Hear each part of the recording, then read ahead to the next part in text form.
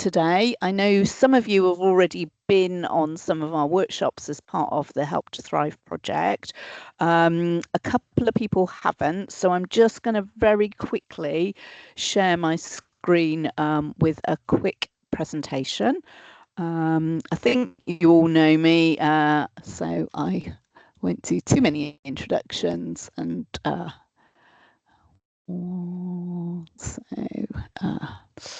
where's it gone now? Okay, here we go. Hopefully you can see this. We were just on this, weren't we, Mike, earlier? Yeah. So can everybody see the presentation? Yeah. Okay. So we're just going to quickly cover today what is Help to Thrive and why are we doing it, where this webinar crucially fits in within the programme of training, because I think that's good to help you as businesses see where we are on this project that we're running.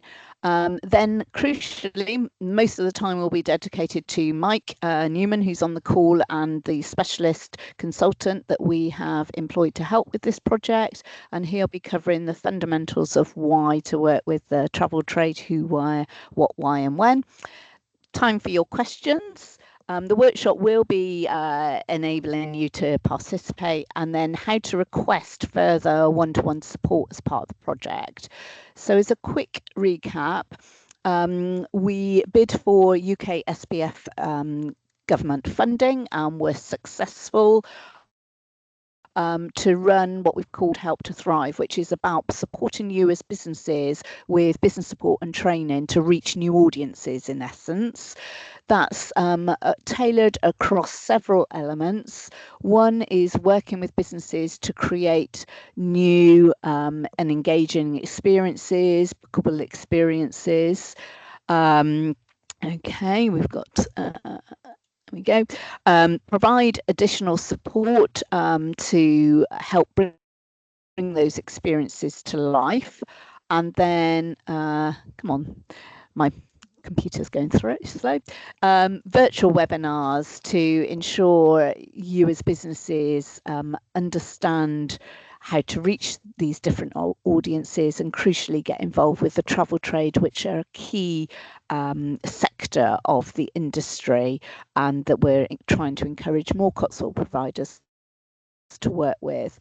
Some of the webinars will be just accommodation focused, and a lot of them will be for everybody, as this one is. So we've already run, and I know quite a few of you on this call have attended 3 Experience Maker workshops around the region. We are planning one more in January, just to be a virtual one, to mop up those people that couldn't attend and wanted to. So these workshops were really looking at what it is now that consumers are wanting and how to sort of bring those really deep connections of experiences together. Next week, we will be running a workshop on attracting visitors by cycling and walking. And then another face-to-face workshop on the 28th of November is really highlighting how to sell your experience. You know, on your website, it's important to sell your product, and so that workshop is really looking at that, and there'll be more of a sustainable focus in the new year. But Mike is our consultant running lots of these little webinars that only should take just over an hour in time. And this is where we are today. The fundamentals of working with the travel trade. We've run one already, and then we're going to be looking at starting your journey and others then into the new year as well, including how to get noticed by AI and the digital communication transformation and distribution. So all of these will keep coming through. And so you're welcome to join all of them or dip in and out as you need to. And for the accommodation, we've run one, and for those sort of used to working with the travel trade, we've got another one coming up. So now we're going to swap over, and I'm going to stop sharing, and it's over to Mike Newman to give you your overview today. Thank you very much. A little bit of luck. No more. I need more luck. I Yeah, need more luck than that. I need that much luck. Does that? Well, there you go. Hopefully you can see that. we can, Mike. Okay, Um, I'll go on Good mute now. morning. As Sally mentioned, my name is Mike Newman, and I am the managing director of a company called B2Me Tourism Marketing. And the area that I work in is travel industry engagement. So my role is to support any business on any part of the supply chain, which we will discuss in a moment, to work more effectively with tour operators and digital channels to basically to sell any spare capacity, which we should also discuss in a moment. So to begin at the beginning, as a sort of a rough guide to who this is relevant for, all of the people listed here, really. So even if it's people who aren't on this call, but you know people who fit into this kind of criteria, it would be really great if you suggested them maybe for them to listen to the recording afterwards. So if you are a tour guide, a food and drink provider, an experience business, soft adventure, museums, heritage, or cultural attractions, this is for you. And if it's not what your business is listed here, it's still for you, because I will try and be as open and engaging and as insightful as possible for you, because what my goal is to take you on your travel trade journey, or at least to start it. So it really doesn't matter where you are now. You may be right at the very, very, very beginning of your travel trade uh, conversations. You may not even know what the phrase travel trade means. It's fine. It really doesn't matter. By the end of this webinar, you will be further along your path, and that's the most important thing to mention, because the greatest, most fundamental point of working with the travel industry is that if you have capacity on any day of the week and you would like to sell some of that capacity through a third party, as opposed to you selling it directly through your own website or through walk up business, there is an opportunity for you to make money. And another fundamental is just to point out that for some of you, you may say, well, we've only got capacity on a Monday and a Tuesday. By Wednesday, it starts to get busy. Thursday, Friday, Saturday, Sundays, we're absolutely rammed. That's fine, because from a visitor's perspective, they completely forget what day of the week it is. As far as they are concerned, every day is a weekend. Just the same as when we take a trip to somewhere else in the world, we take off our watches on the first day we arrive, we sit on a sun lounger, we enjoy our lives, and we don't really care what day of the week it is. We don't really think too much about what's happening next. We just live in the moment. And it's a great opportunity to capitalize on that, because my goal is to ensure that everything I say, as best as humanly possible, is relevant to you. And other than the obvious reasons as to why I should want to do that, I'll just point it out that any information that you get that isn't relevant is just going to become white noise. You're going to sit there, you're going to go, yeah, but I can't really do anything with that. So what I'm going to try and do is I'm going to try and be useful to you, because if I'm useful to you, then I can help you create knowledge. And a great thing about knowledge is that you can act on knowledge. Information that is irrelevant to you is simply not actionable. And so I'm going to try and be as useful to you as humanly possible and give you every opportunity to ask questions. So let's start off with just a working definition of the phrase travel trade. Now, our industry is full of acronyms, as every industry is. And the great thing is about acronyms is that it does tend to be made up of words that make no sense. We join them together into a phrase that makes no sense, and then we expect people to understand what we've said. So the basic one is travel trade. Well, what is travel trade? Travel trade is uh, the relationship between yourselves as a supplier of services and a buyer. And if you look to the right of the screen, in the middle is visitors. It's all about getting in visitors, but how we get those visitors is outlined in a variety of third-party options. Starting at the top, we have tour operators. We call them international inbound tour operators. What that means is that they are servicing clients from around the world. Destination management companies, now that is what we used to call a wholesaler. These are large scale tour operators who don't sell directly to consumers through brochures and so forth, or travel agencies that they own. They sell through other tour operators and other travel agency groups.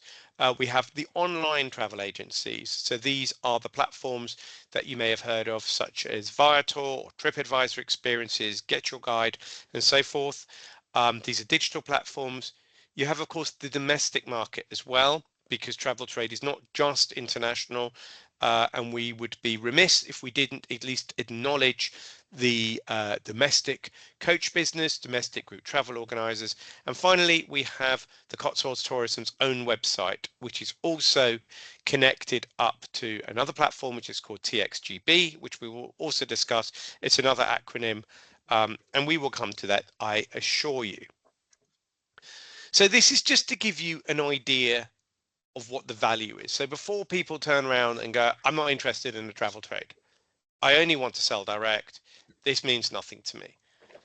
Well, 1 in 3 of all trips to the United Kingdom are part of a package sold through a travel trade business. And this isn't me making up stuff. This is Visit Britain, the government agency for tourism, who ran a huge report, which is called MIDAS, which, as you can see here, Motivations, Influences, Decisions and Sustainability. And this is their last report, which was in 2022.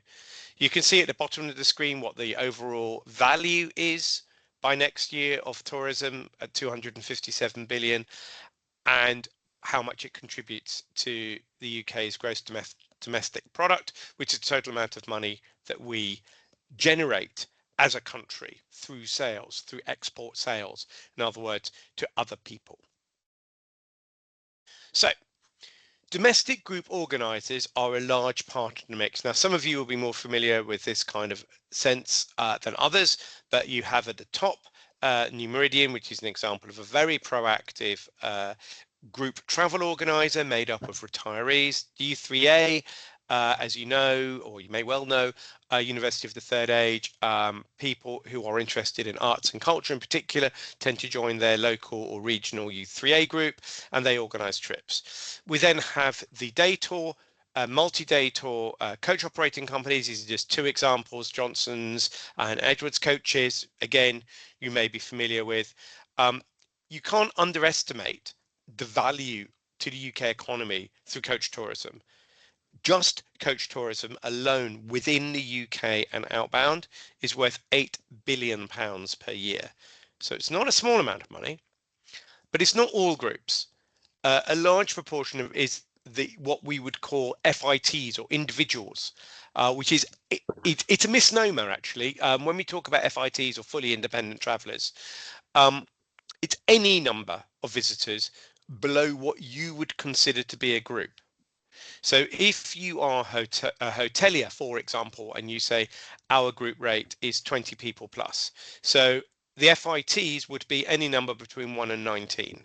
And that would be the same for any of you if you're experienced providers, if you are the National Trust, which I know is represented here today, or anything else, or any other destination. It's incredibly important to recognize that FIT, fully independent traveller, is not just one person or one couple. It might be, but it's also any number below what you would determine to be a group. So across the top, we have 3 of the very large destination management companies, AC Group, Angela Shanley Associates in the middle, and Tours International. And below them, we have the 3 of the major online travel platforms, Get Your Guide, Viator, who also own TripAdvisor Experiences, and Tickets. So we will talk about how you may or may not want to use some, any, or all of these types of third parties. And the great thing is that whatever you do with any of these people, they're not charging you for their marketing. They're not charging you when they go to World Travel Market, as many of us did last week. They're not charging you to travel around the world on your behalf to talk about the products that they're selling across UK and Ireland. They're doing this all on your behalf, and you're only paying a commission, which is a small percentage, on a confirmed sale. So let's look at the three main reasons why people, the consumer themselves, choose to work with a third party, online or offline. There are three real core reasons. One is speed, particularly for the online channels. It's fast. You can look at stuff, you can click a couple of links, you can make a booking, jobs are good. I'll give you an example. I am traveling with my family to America next summer. I am booking not as a package actually, but I'm booking it individually. Went onto Virgin Atlantic's website, booked my flights in a couple of minutes. Started looking at Airbnbs and a couple of hotels as well for various bits of the trip around what we're doing when we're there. It's all there. And that's the other thing. It's convenient. It's all there. I can call up a website. I can call up a platform and I can see it. So it's convenient for me. I can do it on my phone. I can do it on my laptop. Increasingly over the years to come, and in not many years to come, I will be able to use various artificial intelligence tools to be able to do that searching for me. But the other third point is that it's choice. It's there for me. I can choose based on how much money I want to spend, how long I want to stay across the Cotswolds, what I want to do, where I want to go. The choice is laid out for me. The choice is laid out for me if I go and see a travel agent. The choice is laid out for me if I want to look at a website, or the choice is laid out for me if I want to talk to a travel consultant at a tour operator. So those are really the three main reasons. So what I'm going to do now is I'm going to try a little bit of interactivity. Now, this is much easier in person. So what I'm going to ask you to do, and feel free to jump in, just don't be quiet, is I am going to describe all of these acronyms. And what I would like you to do is please come off mute and shout out. It doesn't matter if you shout out over each other, just go for it. And if this really goes catastrophically wrong, Sally's going to give me a look and I'm going to move quickly on. So here we go. Now we've discussed this one already, so I'm going to describe it and then I'm going to ask you to just to shout out. Individuals, couples, families, and a small number of people that arrive on their own or together, but are not of a high enough number to be considered to be a group. Fit. Go for it, Emma. Thank you. Well done, whoever just shouted that one out. Okay. Sometimes referred to as wholesalers, these businesses will have a contract that will sell through a network of tour operators or travel agents in a specific source market. Go for it, Rob. Are you going for it? No? Just guess if you don't know, it's all fine. Philippa? No? Oh, I think we can't hear you. Hear Philippa's wording something. I'm going to go with Philip. I'm going to go with Philippa being correct. Well done, Philippa. DMC, you're absolutely right. That is what she was saying. Let's try another one. Oh, here's an interesting one. A digital handshake between your booking system and a digital platform, allowing consumers to see exactly what entrances are available or availability is there in real time. That might be a difficult one because we haven't actually discussed this at all yet, but let's see. API. Well done, whoever just said API. Now I have to ask, because it's my favorite acronym across the entire industry, do you know what API stands for? I ought to, because I used to work for a software company, but I can't remember now. No, it's fine. It's great.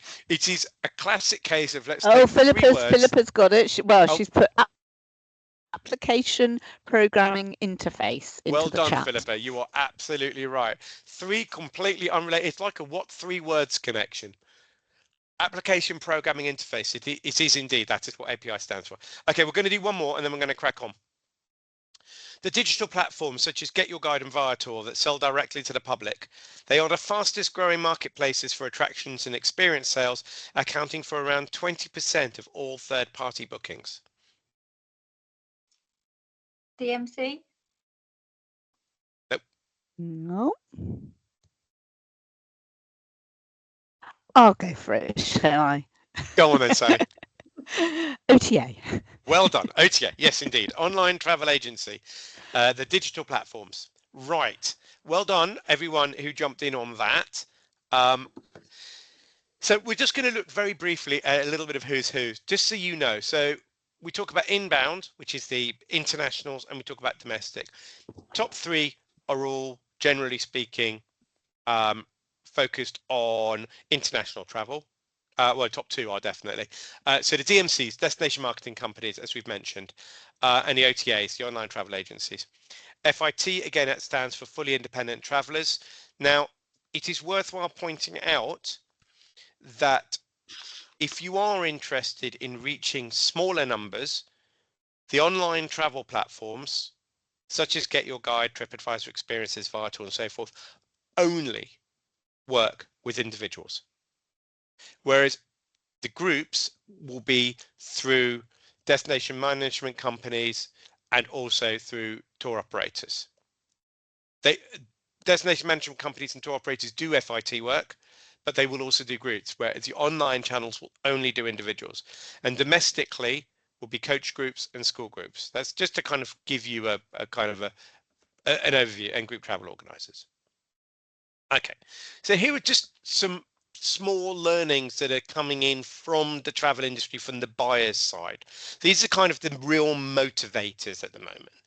So it is going to be small groups, so you may need to review what you consider to be a group if you want to target additional business where you have capacity. We need, across the industry, we need more ground handling services. Now that can be everything from e-bike hire through to small coaches, through to tour guides, driver guides, you name it. It is all about wider exploration. Food and drink experiences are really, really popular. People want to know that this beer, this cider, as I'm holding up my, I don't know if you can see this, this is my Chadlington Beer Festival glass from last year when I came down and I sampled far too much of your cider, but it's very good, so there was no reason not to sample a lot of it. But it is really, really, really important. The only here, the bragging rights, particularly for the American markets. If there are any hoteliers on this call, just to remind you yet again, FIT allocations, 1 or 2 rooms for 1 or 2 people. It's a real issue in honeypot destinations, such as the Cotswolds. And what it's doing is it is making the tour operators review where people are staying. And what that does is that has a huge impact on your local visitor economy, because if people can't stay locally within the Cotswolds, they will only visit normally for half a day before they're staying somewhere else. And that's a real point just to make, and it is led by the accommodation sector. More bookable experiences. Sally mentioned at the beginning that you are having experience maker workshops. The more bookable product there is out there, the better it is. People are choosing experiences over destinations. And things like electric car charging points, sustainability, ecotourism, it's not a buzz phrase anymore, it is a truth. If you can provide electric car charging points at your hotel, at your visitor experience, if it's doable, it's great. It's really useful, and if you are doing it, make sure that that is mentioned on your website. Make sure that if you are working through an OTA, that is mentioned on your listing. Make sure if you're working through a tour operator, they are also aware. Just a couple of words about Visit Britain and Visit England. Visit Britain is a government agency. It is funded by central government. Their job is to market Britain overseas.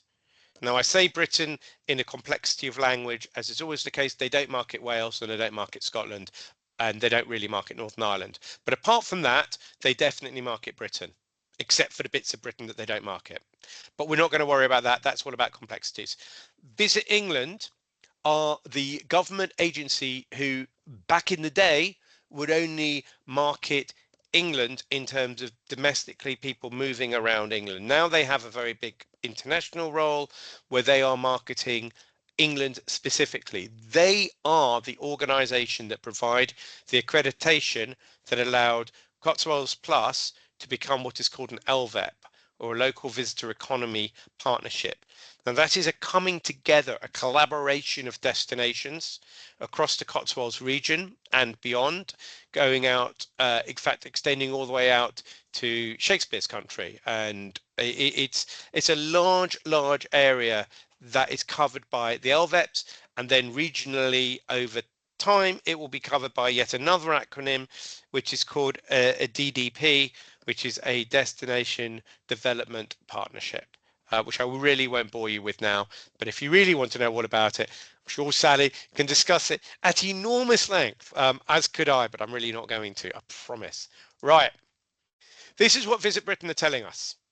Okay, they are telling us that people want to come to Britain in order to relax, in order to have value and welcome, in order to have experiences that are only here, and also to meet interesting and knowledgeable people and gain insight.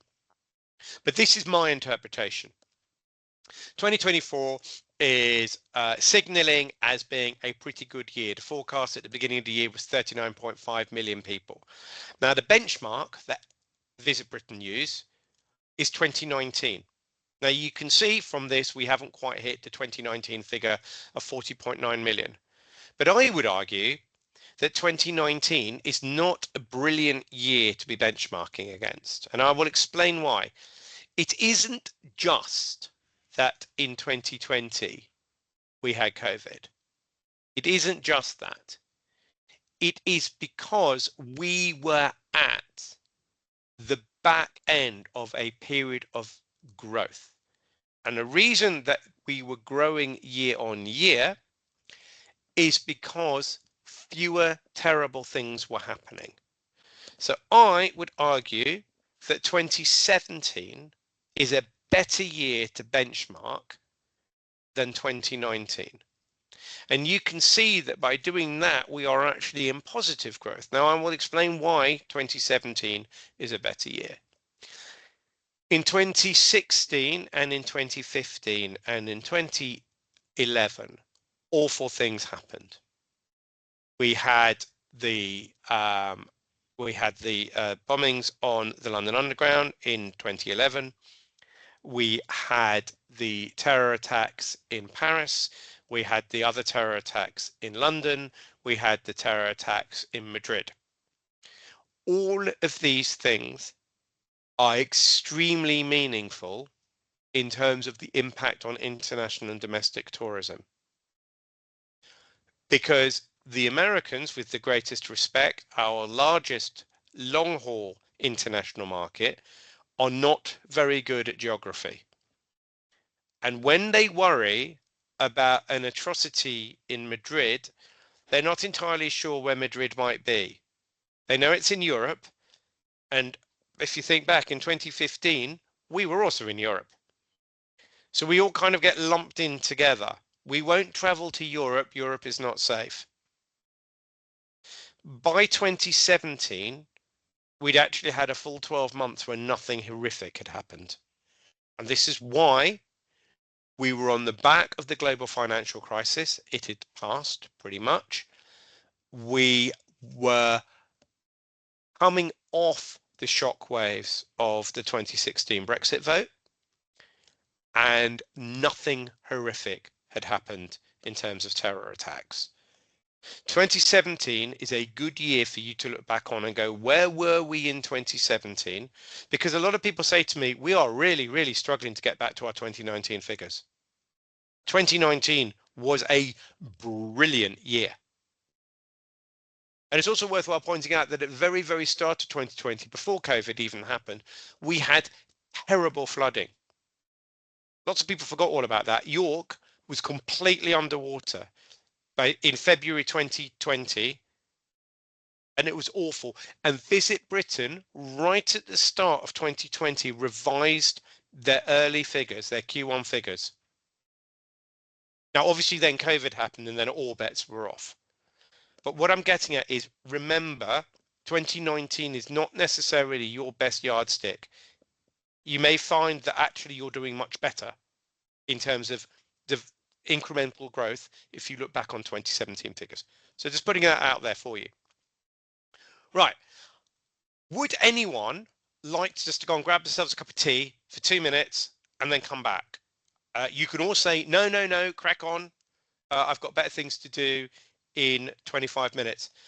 So please come off speaker and say, if you would like to grab yourself a cup of tea and come back in a couple of minutes, fab. Otherwise, we can crack on. What would you like to do collectively? I'm happy to crack on. That's a vote for cracking on. I'm happy with that. Does anyone disagree with cracking on? Fine, on we go.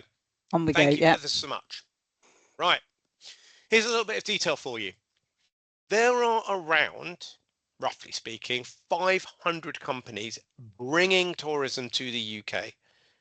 Now, these are businesses that are predominantly based in the UK that are bringing international visitors to people such as your very good selves. And as I mentioned right at the beginning, these are businesses that undertake an enormous amount of marketing on your behalf through websites, brochures, their own travel, and they are all targeting people who are in the decision-making stage. They haven't finalized their final plans as yet, but they are being influenced. And this marketing is not charged for. Okay.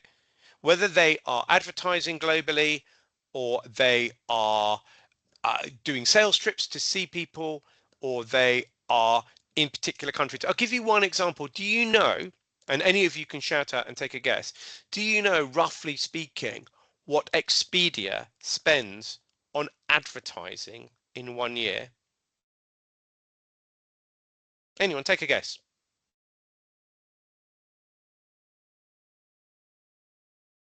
Anyone? Okay, it's $2.9 billion. So whilst we're in the spirit of interactivity, does anyone have something in the region of $2.9 billion to spend on marketing? Other than Sally, obviously. Does anyone else have something in that region? Or more like, no, not really. So when Expedia advertise, they are obviously advertising hotels, they're advertising flights, they are advertising to people book through Expedia. But they are advertising in advance of anyone actually booking through Expedia. So when you sign up with an online channel like Viator, just so you know, white label, and what that basically means is that they convert the content of their website into content for Expedia. So the user is on Expedia, but actually buying product that's contracted through Viator, but the user won't know that. So if you decide, actually, I might sell through Viator, you're also gaining access to a small proportion of that $2.9 billion annual spend from Expedia. And if you Google your own business, the chances of your own website coming up at #1 versus some third party like Get Your Guide or Viator or TripAdvisor or other people trying to skim from your website to sell on your behalf is more than likely to come up.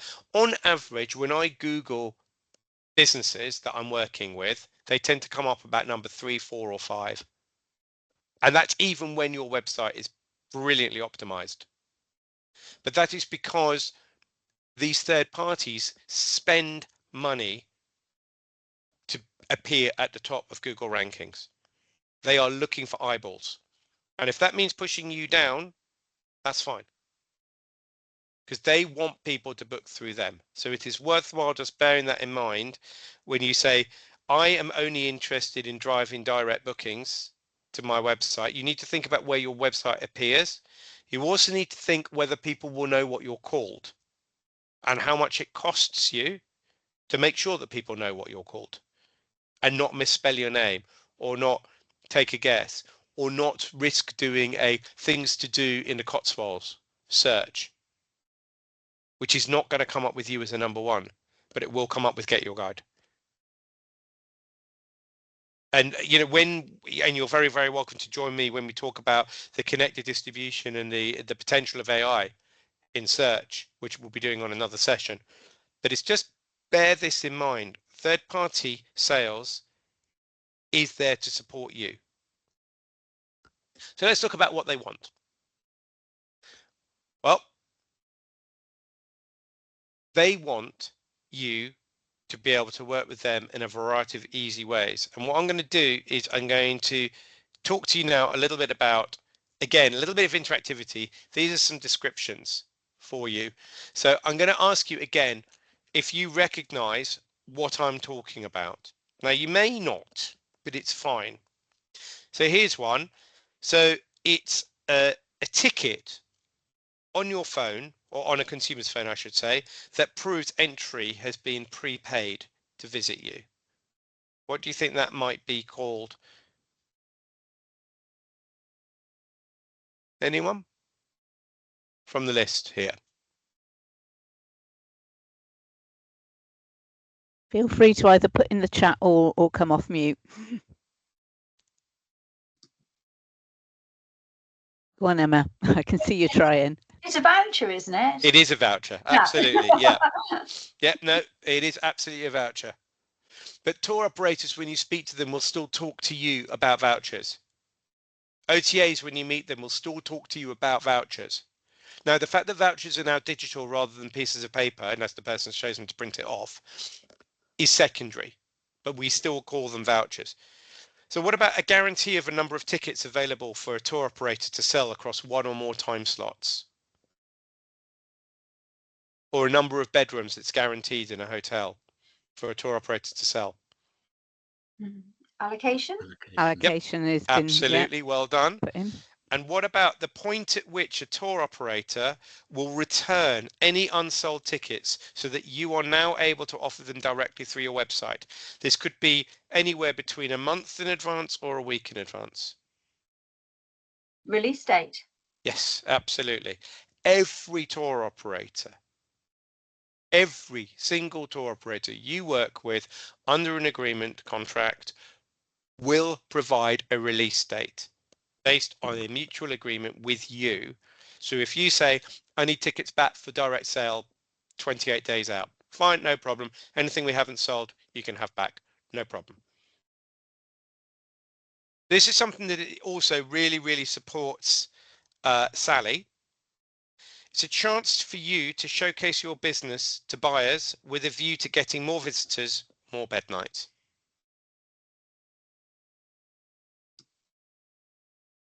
Fam trip? Yep, fam trip. An incredibly important part of your work is to support fam trips. They can be international, but they're always influential. They can also be domestic. Right, we are going to keep, oh no, I'm going to ask you one more. I'll ask you one more. It's the time of year between when you're at your busiest and when you're at your least busy.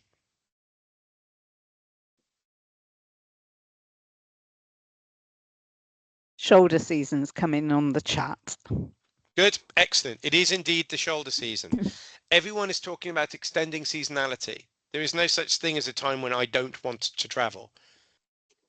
So even when you are madly busy, and perhaps in your summer months, there will come a point where you become less busy and then relatively quiet, and then things pick up again. You can sell through the travel trade in your shoulder seasons and in your low seasons, and they will gladly take your access capacity. Right. So when it comes to distribution through a third party, you will have two fundamental choices. So you can go down the offline route or you can go down the online route. After that, it does become a little bit more nuanced, and we will be discussing this in a different session. But the decision is entirely with you, and it will always work to your favor to have a product or a service that is right for that approach. So if you are thinking about working with a tour operator, there are 6 things for you to think about. Starting top left, your product must be commissionable and it must be bookable. So you must be willing to pay a fee to the tour operator that has sold your service.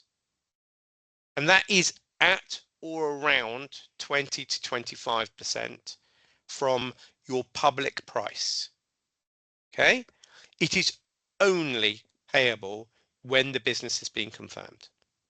The next thing is your booking or your ability to be booked must be in place for at least 12 months in advance. Okay? It needs to be available for that length of time because tour operators are always working at least a year in front of themselves. Now, there are ways of managing that. If you say, well, we haven't set our rates yet for 2026 because it's only just the end of 2024, but there are ways around that. And we can discuss this one-to-one or at the end as you wish. The more often your product is available, ideally every day or most of the time, the easier it is to sell. Down at the bottom where the numbers are, your venue capacity is important. If you get an inquiry for a corporate booking for 250 people, which can happen, and your venue can cope with 200, generally speaking, it is not a good idea to say yes. So you need to think realistically about your capacities, what you can cope with. And that can be brought right the way down to how many people can you cope with in any 1 hour time slot, if you have time slots. How many people can you cope with in the morning or in an afternoon? How many people can you cope with if you are a guide? You know, do you want 6 people maximum? Do you want 10 people? Can you cope with 20 people? We also need to think about your seasonality. Not all of you are open or available year round. So it may be that you've only got a working year of 9 months, but it could theoretically be possible for the right amount of money that you could open when in fact you are closed for a private booking. If you can, that's great. And the final thing to think about is the markets that you are chasing. So it's all well and good to say, I am chasing the Chinese market because I heard that they are rapidly coming back and they're really, really high spenders. Well, that's fabulous. But the Chinese market, just as a point, is indeed rapidly coming back. They are indeed predominantly very high spenders. They're also not a very mature market.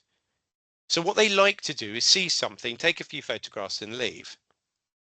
They just want to see the famous stuff, do the famous things, tell people they've been there, done it, jumped to the front of the queue and left. That might not suit you and your business. It's also true that if you are a food and drink provider, that a lot of Chinese people happen to be lactose intolerant. It's a cultural thing. So if you are, not that I'm saying you are, but if you are the world's greatest purveyor of rice pudding, it's not going to go very well for a predominantly Chinese audience. The rice part, great. The milk part, less so. Do you have chopsticks? Many Chinese people, particularly older Chinese people, will have no experience of using a knife and fork. Won't particularly want to. Do you have menus in Mandarin or in Cantonese? Do you have audio guides in Mandarin or Cantonese? And these are all decisions you're going to need to make before you've actually got the Chinese visitor. And that's just one example. If you were going for the GCC markets, again, very wealthy, but the GCC markets are predominantly Muslim and they will need a quiet place to pray up to 5 times in a day. Do you provide prayer mats? Do you provide a quiet place which can face towards Mecca? These are cultural nuances that are incredibly important. Now, the US market, hey, they just want to see history and heritage. They're all good. They will spend hours asking you about the painting. They love old stuff. There's a great phrase in about the American tourism market when we compare it to the British market, which is that for the Americans, 100 years is a long time. For the Brits, 100 miles is a long way. Americans will travel anywhere. They will see as much as they can cram in, and they are all about the history and heritage.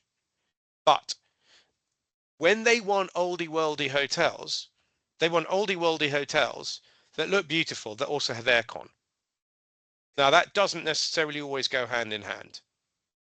So they will often just go for branded hotels that they trust and that they know, because they know what the service provision is. So if you're an independent hotelier, you need to be able to say, well, this is what we can give, and this is why it is worthwhile staying in a 13th century coaching house, as an example. If you are a guide, you will need to be blue or green badge qualified. The American market knows that that is a standard. So if you're an independent guide and you don't have blue or green badge qualifications, it is going to be more difficult to persuade an American visitor to work with you, however amazing you are. And it's nothing to do, it's not like the British Guild are making this point. It's just the American market. So it's just to bear that in mind. If, however, you are thinking about going through the online systems, the online distribution channels, there are three real key things to talk about. One, you need a minimum price point of £8.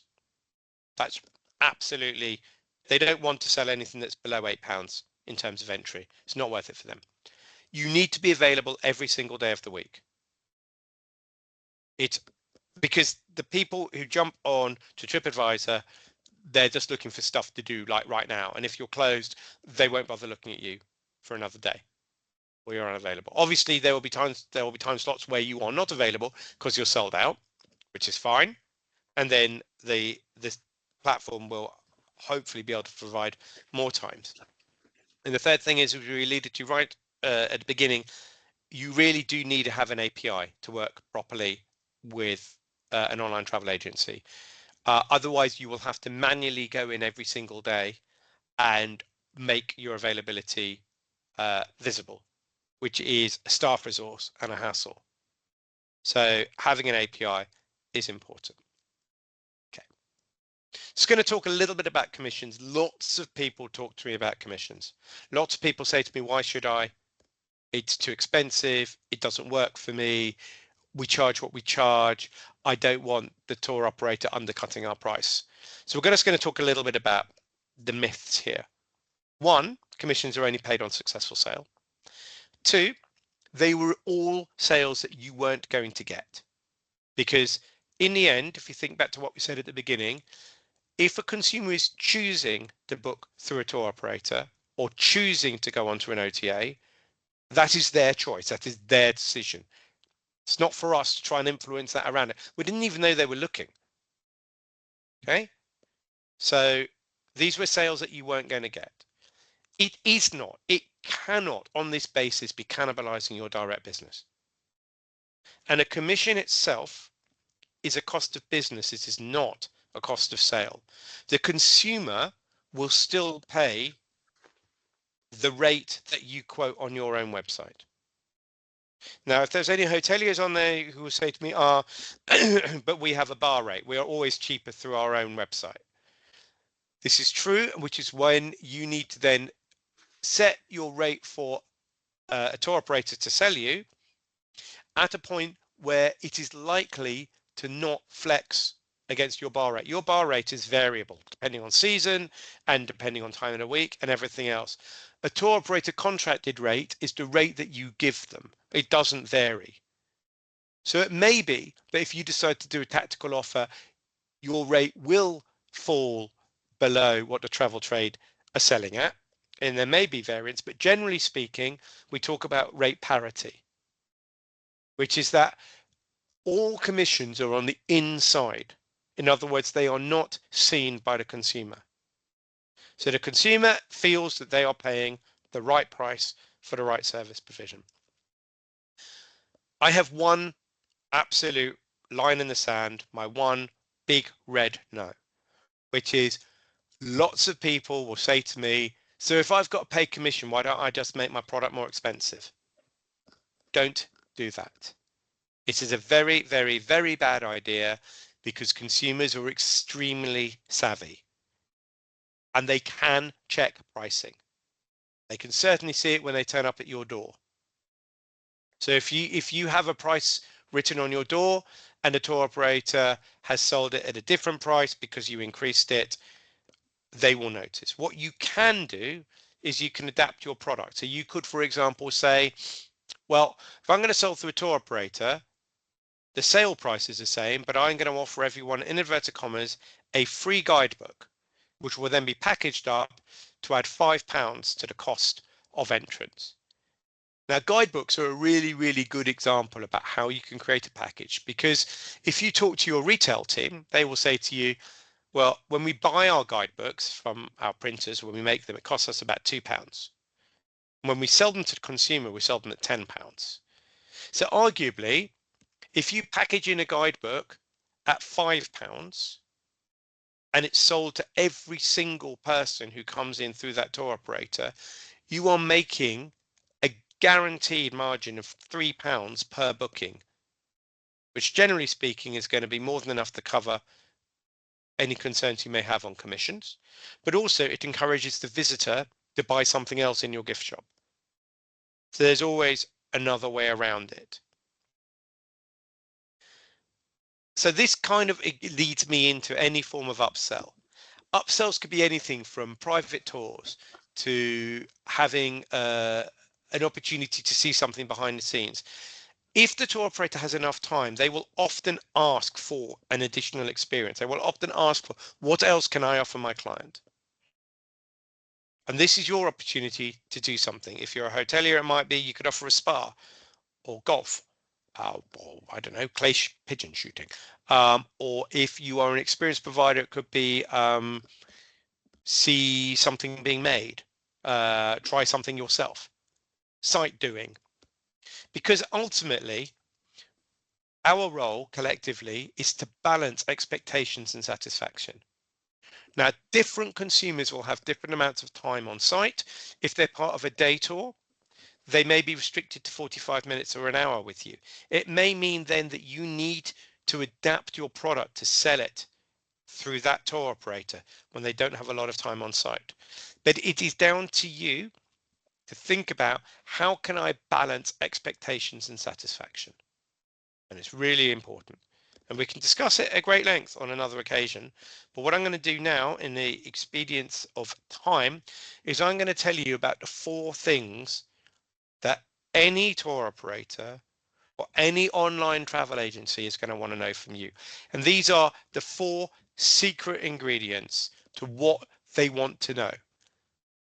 They want to know how much it's going to cost them to visit you, to stay with you, how long they're going to be on site. Can we be on site for an hour, for 2 hours? Can we have just 1 night in the hotel? Do we have to have a minimum of 2 nights? How many people can I sell this to? How many people can I sell it to within an hour time slot, within a private tour, within an early mornings or a late opportunity to come and visit you? And so it's basically, it's how much, how long, how many, and finally, how often. The more times that they can sell you, the easier it is to you to be included every time they come and visit the Cotswolds. Or if it's through an OTA channel, just makes it easier to sell because you're offering as much flexibility. And the reason that the tour operators and the OTAs want to know how much, how long, how often, how many, is because they are asking themselves the question, what's in it for me? Can I get this into an itinerary if I'm a tour operator? Can I bring something new, something unexpected, something amazing to blow my client's socks off? Can I do this? Will it work? Because if you can tell them how much, how long, how many, how often, and the tour operator or the OTA can go, this is going to be amazing, I can definitely sell this, this is epic, then you're on to a running start for all of that spare capacity. Because in the end, what we need to do is we need to tick our reliability boxes. We need to tick our replicability boxes, which means that if we say we're going to do it, we're going to do it. If we say we're going to do it once, we can do it every time we do it. And the other box we're going to tick is our robustness box. Not every tour will arrive with you on time. Sometimes things go wrong. This is where you also need to liaise with your visitor services team, your front of houses team, help out the tour leader if they're like, listen, I'm really, really sorry. I know we should have been here at 10. It's now 10:30. I'm really freaking out. We've got a full day ahead of us. Can we squeeze our tour into 45 minutes instead of an hour? Now, front of house teams might go, it's a complete nightmare. I was working with a different client in another part of the country, and they had a visitor services member of their team, and he was called 2-Hour Tony. And the reason he was called 2-Hour Tony was because, as far as he was concerned, if you weren't with them for 2 hours, there was no point in him leading a tour. It doesn't help, because what happens is when tours arrive late because of traffic or bad luck or whatever it is, it starts to snowball. They leave you 20 minutes late. They're going to arrive at the next place 45 minutes late. Then they're going to be going on to the next place. They're going to have missed lunch, and that causes a massive problem. Then suddenly the coach driver runs out of hours, and then he has to have a 2-hour break. And then someone has to buy dinner, which wasn't planned. It all goes wrong. The more that we can help out by being flexible in our thinking, by being robust, the easier you are, and the more that the travel trade will learn to love you and will bring you business and will help you out. Because working with the travel trade is not a standalone. It is part of your overall strategy. It can't live to one side. It's not a bookend. It needs to be integral to everything you are doing. How much capacity do we have to sell? How much of this could we put out to market, knowing that it's going to come back to us so that we can sell it directly a week before or 3 weeks before, whatever it is that we need as a business? Okay? Because when we go out to market, we need to think of what we are doing and what we are saying and what we are offering in terms of 3 incredibly important words. And those 3 very important words are which means that. And the reason that these words are important is because it is the link between what we are offering and what the benefit is, which answers the question, what's in it for me for the tour operator? So we can provide an early morning tour for up to 20 people for a cost of £1,000, so £50 per person, which means that we can get some business before our doors have opened to the public, which means that we have then got more capacity for our direct sales when we're busy. But we've earned good money. This is how which means that works. It is you think about what you're offering, question what it means, and then provide the response. And consider that response in terms of, will the tour operator be able to go, amazing? Because ultimately, in the end, it is not about you having the most famous, the biggest, the most glorificous product in the universe. It is about you being easy to work with. It is about you standing up and being proud of your place within the visitor economy. Because as the information, well, the wording says on my little image here on the right, if you're not at home, you are a visitor. Every one of us. The second we walk out of whatever we call home, we are adding to the visitor economy. And whether that is a couple coming in from Sydney, or it is my wife and kids coming down from Hertfordshire, or whether it is a U3A group, or whether it is a tour operator group from Korea, it's all adding to the visitor economy, and we all have our place within that chain. Whether we're an accommodation provider, a tour guide, a visitor experience, or the destination itself. It is incredibly relationship based, and we work together to support each other. So I hope this has been useful. These are my contact details if you would like to drop me an email, but I'm going to stop sharing now. And I am going to stop talking as well, which is probably a good thing. And I'm going to ask you if you've got any questions. Okay, I'll start sharing again now a minute and just hopefully, anyway, hang on, my computer's on a go slow. Excellent. Well, thank you, Mike, for that. And if anybody does have any questions, feel free to pop them in the chat now, put your hand up, or if not, we can take it offline and follow up at a later stage, because she says hopefully you can see how to get involved. So obviously there's more virtual webinars coming up and drop-in clinics longer term as well. These are really to help you build that stepping blocks up to your travel trade journey. There is also a limited amount of one-to-one support, where you can have a one-to-one with Mike and help you answer your own sort of questions and learn where you want to go, and Mike is there to support, as is Chris, our other consultant that we're working with on the bookable experiences. I know some of you have already completed the expressions of interest for one-to-one support, which can be other ideas such as copywriting or imagery if it's a brand new experience.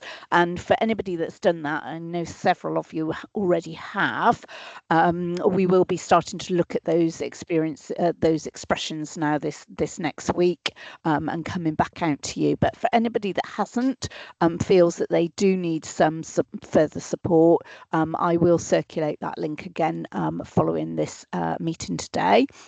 And if you didn't attend one of the Experience Maker workshops, we will be doing one virtual one probably early in January now, so look out for those details as well. And really just to reiterate for ourselves as a destination, the priorities and themes that we're really looking for. As Mike said, it's all about interactions with locals, really giving that authentic Cotswold experience, and key for us is also having a sustainable focus. So again, I know Rob, your walking tours, etc., that fits perfectly for those themes that we will be having as a priority to focus on when we then market and promote. As Mike said, World Travel Market, there's other trade shows coming up that we'll be attending, and also we will be working with Visit Britain as well. In fact, Catherine from Bristol is going out to the GCC market later on this week. So all of that will be part of us promoting you and the wider region. So if anybody's got any questions, now is your time to shout.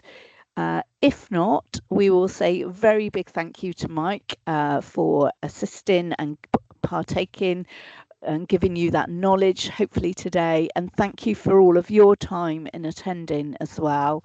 And thank you for the comments that are coming through already, Philippa.